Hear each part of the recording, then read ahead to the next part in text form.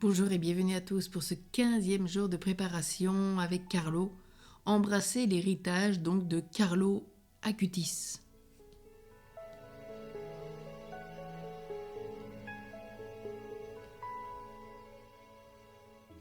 Carlo dit « Critiquer l'Église revient à nous critiquer nous-mêmes. L'Église est celle qui dispense des trésors pour notre salut. Que reste-t-il à la fin ? Que nous reste-t-il dans ces 15 jours déjà de préparation de prière avec Carlo ? Et plus encore, que reste-t-il non seulement de sa prière, mais de lui-même ? Qu'avons-nous gardé comme trésor pour notre vie spirituelle ? Quand quelqu'un nous quitte, nous aimons nous accrocher à une lettre, un vêtement, une image, une photo. C'est humain, comme un enfant qui vient de naître et qui déjà a le réflexe de s'attacher. Nous nous attachons à ceux que nous aimons. Mais le Christ nous invite à mettre nos attaches dans le ciel. Ressusciter, c'est ce qu'il demande à Marie. Et il dit bien à Marie-Madeleine, « Ne me touche pas. Je ne suis pas encore monté vers mon Père. » Le Christ veut nous apprendre à nous laisser toucher par la foi plutôt que par les sentiments. Et c'est pour cela qu'il laissera Thomas toucher ses plaies, pour que ses yeux s'ouvrent. Ce temps de la grâce de la prière que nous vivons ensemble ne doit pas finir par un « à quoi bon ?» sachant qu'en plus sa canonisation est reportée. C'est bien la preuve que nous sommes invités à continuer dans la prière, à persévérer jusqu'au bout. La dévotion à Dieu par Carlo, c'est une source de joie pour l'Église universelle, et elle peut l'être pour nous aussi. Ce qu'il reste, ce sont des reliques, aujourd'hui son corps. Et de Jésus, il n'y en a pas. Il ne reste rien de son corps ressuscité, entièrement monté aux cieux.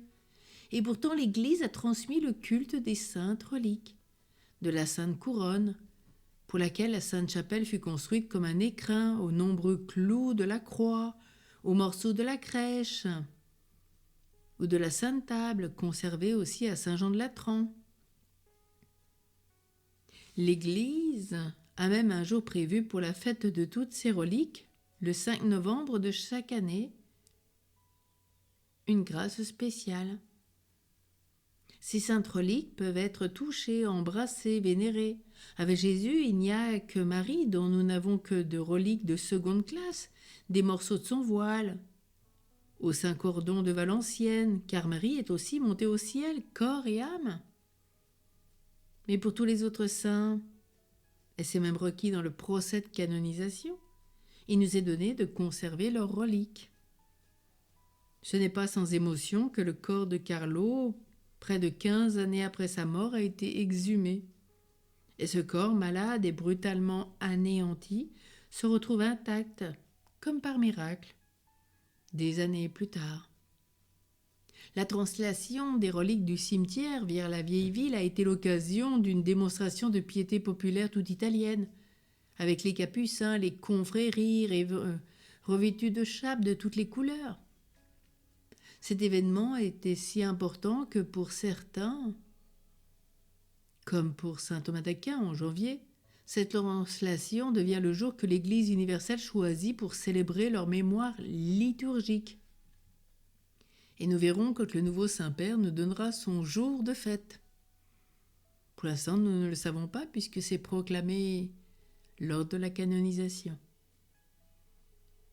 Et le lieu vers lequel les reliques de Carlo ont été portées n'est pas anodin, le sanctuaire de la spoliation, ou plutôt du dépouillement, et l'église adjacente à la mairie historique de la vieille ville d'Assise, où François, face à son père et aux notables rassemblés, a retiré tous ses vêtements pour les rendre à son père et choisir une vie de pauvreté évangélique.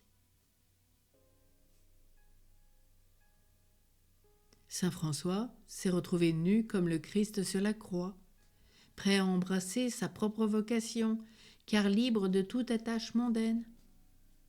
Ce ne sont pas nos vêtements et nos apparences qui nous sauvent, mais bien notre corps et l'âme qui l'habitent. Le corps de Carlo, dépouillé de sa vie, mais sauvé pour l'éternité, devient témoin de l'offrande ultime de lui-même. Lors de ses funérailles, on pouvait penser que ses parents le suivaient pour la dernière fois à l'église. Mais avec sa béatification, ses parents se retrouvent de nouveau avec enfants, cousins, amis, dans cette église grâce à Carlo. Sa maman prend d'ailleurs même la résolution de suivre l'exemple de son fils en allant désormais chaque jour à la messe. Et ce ne sont plus seulement ses parents, mais des foules de pèlerins que Carlo attire encore dans l'église. Retrouver son corps intact a donc permis de répandre un culte que certains pourraient trouver quelque peu désuet. Ce corps adolescent que nous pouvons vénérer est une leçon pour chacun de nous, qui avons besoin d'incarner la sainteté dans un corps plein de vitalité, avec ses forces et ses faiblesses. En plaçant son cœur dans un reliquaire conservé à quelques mètres dans la cathédrale, mais surtout en coupant ses nombreux cheveux en quatre, des reliques itinérantes ont pu être partagées et installées solennellement pour la vénération des fidèles sur les 5 continents. La procession pour la translation des reliques depuis le cimetière n'a été qu'un prélude à des processions dans des cultures très différentes, de tant de pays, dans un même élan de dévotion. Alors de quoi cette dévotion est-elle le signe ? De l'attente brûlante dans le peuple fidèle de voir une nouvelle figure de sainteté se lever pour notre conduite et nous conduire dans le 3e millénaire de l'être de la grâce et du salut. Ainsi, ces reliques ne sont pas seulement le signe de ce qui reste de Carlo, mais de l'espoir qui est à venir. La sainteté qui va s'incarner dans une nouvelle génération qui vénère ce qu'elle est appelée à devenir.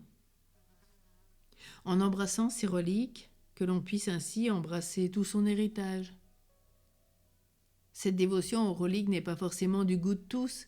Certains y voient un attachement trop fort aux choses matérielles. D'autres craignent de la superstition. Ces risques bien sûr existent et c'est pour cela que l'Église, dans sa sagesse, accompagne cette dévotion pour éviter par exemple toute forme de simonie et de trafic de reliques. Aucune dévotion n'est nécessaire à notre salut, car seule la foi nous sauve. Pas même la dévotion à Carlo naturellement, et pourtant cette dévotion fait déjà tellement de bien. Mais rappelons-nous que par un saint, c'est son intercession qui est puissante sur le cœur de Dieu. C'est Dieu qui nous sauve, c'est Dieu qui nous libère. Et Carlo, comme tous les saints, nous conduisent à Dieu.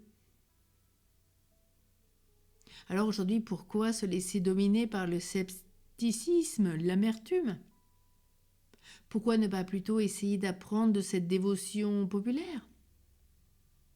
Alors que l'Église canonise des saints, ce n'est pas assez d'avoir un avocat du diable. Faut-il que chacun émette ses petites réserves ? N'est-il pas trop jeune, on entend trop italien, trop ceci pour certains, pas assez pour d'autres ? Faut-il vraiment encourager la dévotion aux reliques qu'on entend ? Et on entend dire, pourquoi le canoniser si vite ? Comme si c'était déjà du jamais vu. Cela n'a rien d'une erreur moderne. S'il est vrai que Pierre de Vérone a été canonisé après seulement 18 mois, la charité nous presse. Alors pourquoi est-il si facile de critiquer à tout va et sans fondement réel toute l'actualité de l'Église ? Critiquer l'Église, dit Carlo, revient à nous critiquer nous-mêmes. L'Église est celle qui dispense des trésors pour notre salut. Avec lui, il est bon de retrouver l'obéissance filiale qu'un chrétien doit à l'Église et à ses pasteurs. Celle d'un enfant qui connaît les défauts de ses parents, mais qui les aime et les respecte encore et surtout qui leur fait toujours confiance. Combien de fois on peut s'interroger sur les choix pastoraux de notre Église ? Et Carlo avec nous, comme lors de la rencontre par exemple interreligieuse d'Assise en 2002 avec le pape Jean-Paul II. Carlo, voyant cette actualité à la télévision, commentait et disait « Le pape a sûrement été inspiré par Dieu car par cette rencontre, la possibilité est donnée à tous de connaître et d'aimer le Christ, unique sauveur du monde dont dépend le salut de tous. Et tous les miracles eucharistiques doivent être reconnus par l'Église pour que leur dévotion soit encouragée. Il ne s'agit pas de partir à la recherche du Saint Graal, alors qu'un grand nombre de légendes entourent le calice ayant servi lors de la scène, que l'apôtre Jacques aurait emporté jusque dans le nord de la péninsule ibérique. Il est intéressant qu'un autre miracle eucharistique ait davantage attiré les pèlerins. La tradition d'un autre Saint Graal persiste sur le chemin de Saint-Jacques, à environ 9 jours de marche de Compostelle, dans le village de Haut-Cebrero. Un prêtre qui avait perdu aussi la foi en la présence réelle, voyant un paysan du nom de Juan Santin, venu seul pour recevoir la communion, malgré la neige et le vent, s'exclama : « Qui vient par une si grande tempête se fatiguer pour seulement un peu de pain et de vin ?» À cet instant, le pain et le vin consacrés se transformèrent en chair et en sang, et le prêtre trouva la foi. Il ne s'agit donc pas tant de retrouver le Graal que de retrouver la foi qui seule demeure jusqu'à la fin de temps. Prenons un temps de prière avec Carlo.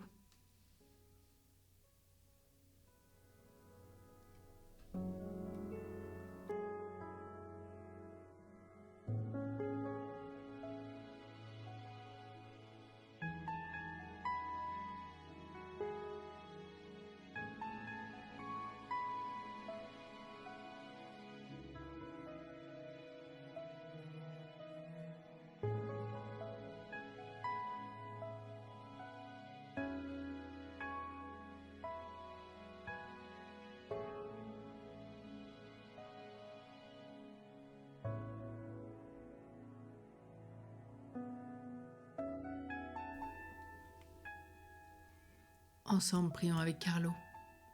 Confirme ma foi, augmente mon espérance.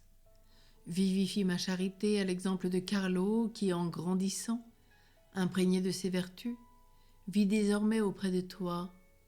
Accorde-moi la grâce dont j'ai tant besoin et celle que nous venons d'exprimer. Je m'en remets à toi, mon Père, à ton doux Fils Jésus, dans la puissance du Saint-Esprit. Je me confie à la Vierge Marie, notre si douce Mère, et à l'intercession de ton serviteur Carlo Acutis. Amen. Bienheureux Carlo, prie pour nous. À demain.